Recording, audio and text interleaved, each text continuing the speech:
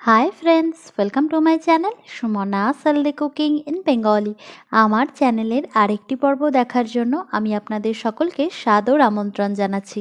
আশা করছি সকলেই খুব ভালো আছেন। আজকে চলে এসেছি জিভে জল আনার মতো তেঁতুলের একটা ইনস্ট্যান্ট আচারের রেসিপি নিয়ে। একদম বাজারের কেনা আচারের মতোই এর স্বাদটা হবে, আর রোদে দেওয়ার ঝামেলা ছাড়াই ঝটপট এটা তৈরি হয়ে যাবে। বাজারে এখন দেখবেন এরকম সুন্দর বেশ তেঁতুল পাওয়া যাচ্ছে, খুব বেশি কাঁচা না আবার খুব বেশি শুকনো না, এরকম লম্বা লম্বা তেঁতুলগুলো। এই তেঁতুলের আচার ঘরে একবার তৈরি করে দেখুন। যদি রেসিপিটা ভালো লাগে তাহলে প্লিজ একটা লাইক করবেন, শেয়ার করবেন, আর আমাকে কমেন্ট সেকশানে জানাবেন এই আচারটা আপনাদের কেমন লাগলো। নিত্য নতুন নানা রকমের রান্না এরকমই ঝটপট করতে হলে অবশ্যই আমার চ্যানেলটাকে সাবস্ক্রাইব করে ফেলবেন। যারা করেছেন তাদের অসংখ্য ধন্যবাদ, আর যারা এখনও করেননি স্ক্রিনে দেখবেন লাল রঙের একটা সাবস্ক্রাইব লেখা আসছে, প্রথমে সেটাকে সিলেক্ট করে দেবেন, তারপর পাশের বেল আইকনটিকেও সিলেক্ট করবেন, যাতে যখনই আমি কোনো ভিডিও আপলোড করি সেই নোটিফিকেশনটা আপনারা সবার আগে পেয়ে যান। ঘাবড়াবেন না, এর জন্য কিন্তু আপনার কোনো ব্যালেন্স কাটবে না। তো চলুন দেখে নিই ইনস্ট্যান্ট এই জিভে জল আনা তেঁতুলের আচারটা আমরা কিভাবে তৈরি করব সেই পদ্ধতি। আরও নানা রকমের আচারের রেসিপির জন্য ডেসক্রিপশন বক্সটা একটু চেক করে নেবেন।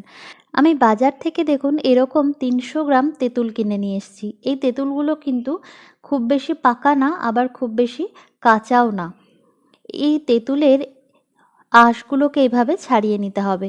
মাখা তেঁতুল হলে কিন্তু আচারটা খুব ভালো হবে না, তাই চেষ্টা করবেন এরকম লম্বা লম্বা যে তেঁতুলগুলো এখন বাজারে কিনতে পাওয়া যাচ্ছে সেই তেঁতুলের আচারটা তৈরি করার। এইভাবে সমস্তটা দেখুন আমি ছাড়িয়ে নিলাম, আর এগুলো দেখুন ফেলে দেব। এগুলো কিন্তু ফেলাটা খুবই গুরুত্বপূর্ণ, না তো খাওয়ার সময় মুখে পড়বে, ভালো লাগবে না। এবার একটা বাটিতে আমি তেঁতুলটাকে নামিয়ে নিলাম, এটাকে জাস্ট একটুখানি ভিজিয়ে রাখবো। খুব বেশি জল দেওয়ার প্রয়োজন নেই, এতটাই জল দেবেন যাতে সমস্ত তেঁতুলটা এরকমভাবে ডুবে থাকে।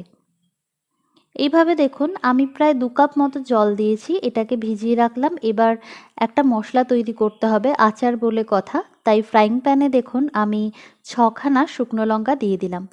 ঝালটা অবশ্যই আপনারা আপনাদের পছন্দ মতো অ্যাড করবেন, ঝাল মিষ্টি আপনারা নিজেরা যেরকম খান সেইভাবে দেবেন। আমি 6টা শুকনো লঙ্কা দিয়েছি, একটু 2 মিনিট ড্রাই রোস্ট করে নিলাম। যখনই দেখবেন একটা সুন্দর গন্ধ বেরোচ্ছে তখনই এতে অ্যাড করতে হবে 1 টিস্পুন মৌরি, হাফ টিস্পুন ধনে, 1 টিস্পুন গোটা জিরে, আর 1/4 টিস্পুন দেব মেথি দানা। এগুলোকে আরও 2 মিনিট ফ্লেমটা একদম লো করে কিন্তু রোস্ট করতে হবে, যতক্ষণ না দেখবেন একটা সুন্দর গন্ধ বেরোচ্ছে। আমার এটা সুন্দর করে রোস্ট করা হয়ে গেছে। গ্যাসটা বন্ধ করে এগুলোকে একটা হামালদিস্তায় নামিয়ে হালকা একটু দানা দানা করে গুঁড়ো করে নেব। তবে আপনাদের কাছে যদি হামালদিস্তা না থাকে আপনারা মিক্সিতেও এটা তৈরি করে নিতে পারেন, তবে খেয়াল রাখবেন যাতে পুরো মিহি না হয়ে যায়, হালকা একটু দানা দানা থাকবে, তাহলে আচারের স্বাদটা খুব ভালো হবে। খাওয়ার সময় একটু হালকা হালকা মুখে পড়বে, পুরো দোকানের মতো। দেখুন আমি এইভাবে এটার সুন্দর তৈরি করে নিলাম, আর হালকা একটু দানা দানাও আছে। এবার এটাকে সরিয়ে রাখবো। কড়াইতে আমি দিয়ে দিচ্ছি 300 গ্রাম তেঁতুলের জন্য আমি 300 গ্রাম এখানে আখের গুড় ব্যবহার করেছি। অল্প একটু জল দিয়ে দিলাম, হাফ কাপ মতো। মিষ্টিটা আপনারা আরও কম কিংবা বেশি অ্যাড করতে পারেন। দেখুন আমি এটাকে গলিয়ে ফেলবো। 5 মিনিটের মধ্যে মিডিয়াম ফ্লেমে কন্টিনিউ এটাকে এভাবে নাড়ছি সম্পূর্ণটা যাতে গলে যায়। দেখুন সম্পূর্ণ গলে গেছে। এবার আমি গ্যাসটা বন্ধ করে এটাকে কিন্তু ছেঁকে নেব, কারণ গুড়ের মধ্যে অনেক নোংরা থাকে। আপনারা এই স্টেজটা না চাইলে নাও করতে পারেন, তবে আমি আচার কিংবা যে কোনো গুড় জাতীয় আইটেম তৈরি করার সময় এইভাবে একটু গুড়টাকে ছেঁকে নেওয়ার চেষ্টা করি। তাহলে কি হয়, গুড়ের মধ্যে যে নোংরাগুলো থাকে সেগুলো খাবারের মধ্যে মেশে না। এইভাবে দেখুন আমি এটাকে ছেঁকে নিলাম, আর আপনাদেরকে দেখাচ্ছি। দেখুন গুড়ের মধ্যে কত কালো কালো ময়লা থাকে, সেগুলো খাওয়ার সময় মুখে পড়লে খেতে একদম ভালো লাগে না। এভাবে কিন্তু গুড়টাকে চেলে নিতে হবে। দেখুন ছেঁকে নেওয়ার পর এই অবশিষ্ট অংশটায় দেখুন কালো কালো কত ময়লা। এবার আমি কড়াইটাকে একটু ধুয়ে পরিষ্কার করে নেব।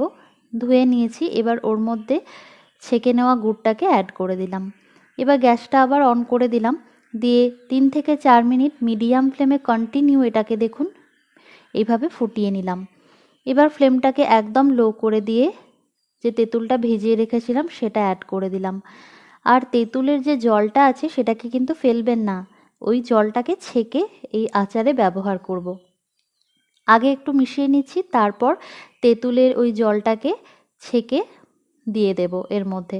ফ্লেমটা এখন আমি মিডিয়াম করে দিয়েছি, একটু এভাবে মিশিয়ে নিচ্ছি। আর দেখুন তেঁতুলের জলটা ছেঁকে আমি এভাবে অ্যাড করে দিচ্ছি। এবার মিডিয়াম ফ্লেমে এটাকে ফুটতে দেব। তার আগে অ্যাড করে দিচ্ছি নুন স্বাদ মতো, তবে আমি পরে একটুখানি বিট নুন অ্যাড করব, তাহলে স্বাদটা আরও ভালো হবে, তাই একটু বুঝে শুনে নুনটা অ্যাড করবেন। আমি এখানে 1 টিস্পুন মতো নুন দিয়েছি। এবার দেখুন 5 মিনিট এটাকে ফোটানোর পর মিডিয়াম ফ্লেমে এটা অনেকটা এরকম ঘন হয়ে এসেছে, এটা কিন্তু আরও ঘন হবে। কন্টিনিউ আরও 5 মিনিট এটাকে এইভাবে ফুটিয়ে নিলাম মিডিয়াম ফ্লেমে। নাড়তে হবে অনবরত, না তো তলায় ধরে যাবে, যেহেতু ফ্লেমটা বাড়ানো আছে। এবার দেখুন এটা ঘন ঘন হয়েই এসেছে। এই স্টেজে অ্যাড করে দিচ্ছি 1/2 টিস্পুন বিট নুন আর তৈরি করে রাখা ভাজা মশলাটা। সমস্তটাকে ভালো করে মিশিয়ে নিচ্ছি। হাতে ছিটে আসছে বলে আমি ফ্লেমটাকে একদম লো করে দিচ্ছি। এভাবে দেখুন মিশিয়ে নিচ্ছি। আপনারা চাইলে নামানোর আগে একটু নুন মিষ্টিটা চেক করে নিতে পারেন, যদি নুন প্রয়োজন হয় তাহলে অ্যাড করবেন। দেখুন এটা একদম সুন্দর ঘন ঘন হয়ে এসেছে। এর থেকে বেশি আর ঘন করব না, কারণ ঠান্ডা হয়ে গেলে এটা আরও ঘন হয়ে যাবে। এবার এটা গ্যাসটা বন্ধ করে সম্পূর্ণ ঠান্ডা করে এটাকে সার্ভ করব।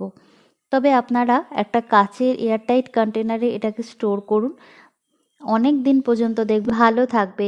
তবে শর্ত একটাই, একদমই জল হাত আর জল চামচ কিন্তু আচার বার করার সময় ব্যবহার করবেন না, তাহলে আচারটা খুব তাড়াতাড়ি নষ্ট হয়ে যায়। মাঝে মাঝে যদি একটু রোদ খাওয়ান তাহলে দেখবেন 1 থেকে 1.5 বছর পর্যন্ত এই আচারটা একদম ভালো থাকে, কিচ্ছু হয় না। আর এটাকে কিন্তু ফ্রিজে রাখার দরকার নেই, নর্মাল রুম টেম্পারেচারে রাখলেই হবে। তাহলে আজই বাড়িতে বানিয়ে ফেলুন এই টক মিষ্টি তেঁতুলের আচার, সেই ছেলেবেলার মতো। আর আমাকে কমেন্টে জানান ইনস্ট্যান্ট এই আচারটা আপনাদের কেমন লাগলো। আশা করছি ভালোই লাগবে। আবার দেখা হবে পরের পর্বে। পাশে থাকবেন, ভালো খান, সুস্থ থাকুন। ধন্যবাদ।